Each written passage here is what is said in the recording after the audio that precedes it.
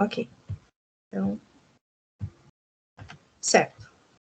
Vamos nos mover inferiormente em termos de nossa discussão sobre o músculo esquelético do tórax para o abdômen.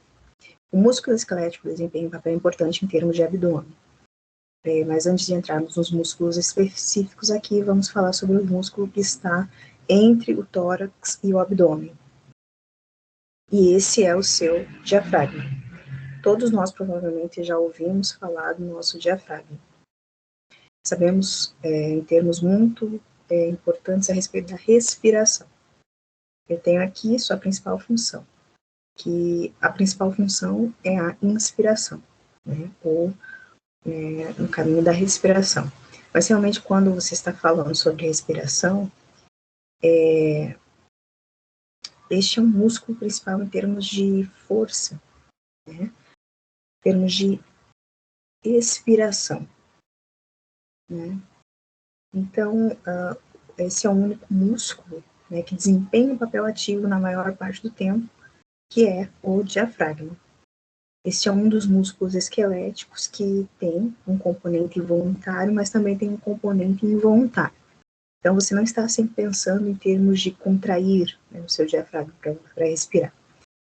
Você tem um nível de controle involuntário também.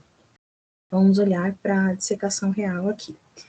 Você pode ver que a parte anterior do tórax estão as costelas, ou a maioria das costelas, ali foram removidas, e você está dentro do tórax. Os seus pulmões estariam bem ali, né?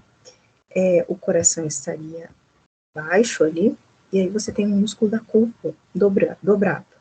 E aí tem o diafragma. Então, o tórax, ele está aqui, ali, e o abdômen.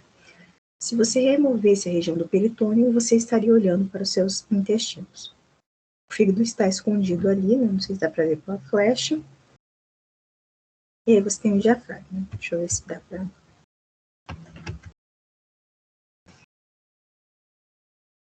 ali, né?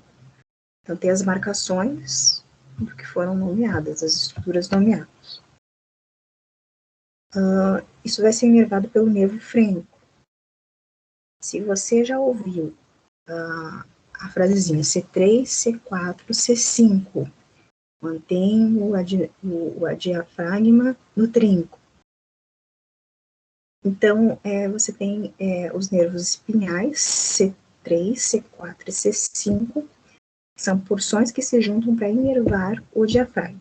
Eles estão viajando para baixo, né? Você pode olhar um pouquinho mais ali, perto do diafragma, o quanto é importante em termos de respiração, né? Quando respirar ou inspirar,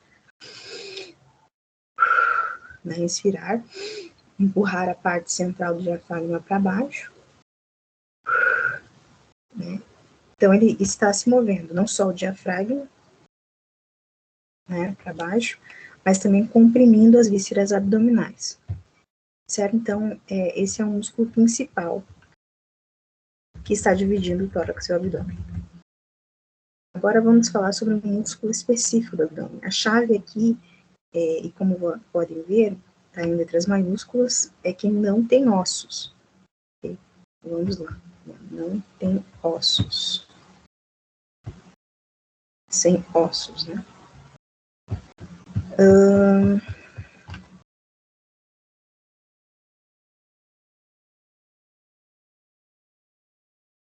Então, você tem que ter um complexo muito forte de músculos, né? Tem como tendões nessa área para poder proteger a parte anterior do seu abdômen. Na parte posterior, é claro, você tem a coluna vertebral que desempenha um papel em termos de proteção. Então, vamos falar sobre os músculos desse lado. Referimos-nos a estes como os músculos da parede abdominal anterolateral. Muitas vezes pensamos que eles são mais laterais, mas eles se estendem anteriormente também. Então, os dois músculos principais aqui são os oblíquos externos e internos. As fibras musculares vão na mesma direção que os músculos intercostais externos e internos. Então, os oblíquos externos, pensa na mão no bolso, né? Em termos da maneira como as fibras funcionam, e os oblíquos internos lá perpendiculares, né? Tirando a mão tirando o cabelo do rosto, né, com a mão. Então, essa travessia realmente é importante em termos de proteção. Agora, até os oblíquos internos, você terá que ver, né, essa questão. Essa travessia é importante em termos de proteção. E aí você tem o transversos abdômenes. Como o nome indica, as fibras são transversais. A principal ação desse músculo é realmente apenas apoiar em termos de contração para comprimir as vísceras abdominais profundas ou as vísceras associadas ao sistema gastrointestinal. Além disso, se você pensar em fazer um olhar ali na parte oblíqua, em termos de flexão lateral do abdômen, esses músculos desempenharão um papel importante. Então, vamos olhar para essa imagem.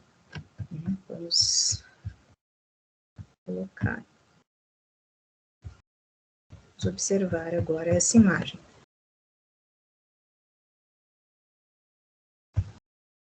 Você pode ver a superfície externa oblíqua, a oblíqua interna e a transversos abdominais. Então, você está realmente entrando em seu peritônio parietal, que desempenha, né, um papel importante em termos de permitir o movimento do sistema gastrointestinal. Então, agora, todos esses músculos, é claro, vão ter tendões associados a eles, como todos os músculos têm. Eles vão se unir anteriormente à bainha, muito espessa e muito importante, do reto. Isso é, né, o que toda essa porção branca ali é um componente da bainha do reto. Então, cobrindo a porção superficial do seu abdômen anterior. Todos esses tendões estão se entrelaçando nessa região, né, na região ali do meio, correto? Eles se entrelaçam nessa porção, né? Essa porção branca, cobrindo a porção superficial do abdômen anterior. Esses tendões estão se entrelaçando e vão se encontrar no meio, na linha alba. Essa é uma porção particularmente branca, né? Você tem ali próximo do umbigo. Então, ela vai se estender partindo até o seu processo tifoide. Você se lembra que é a parte mais inferior ali do externo, até a sincífia pública, que é a parte anterior da cintura pélvica.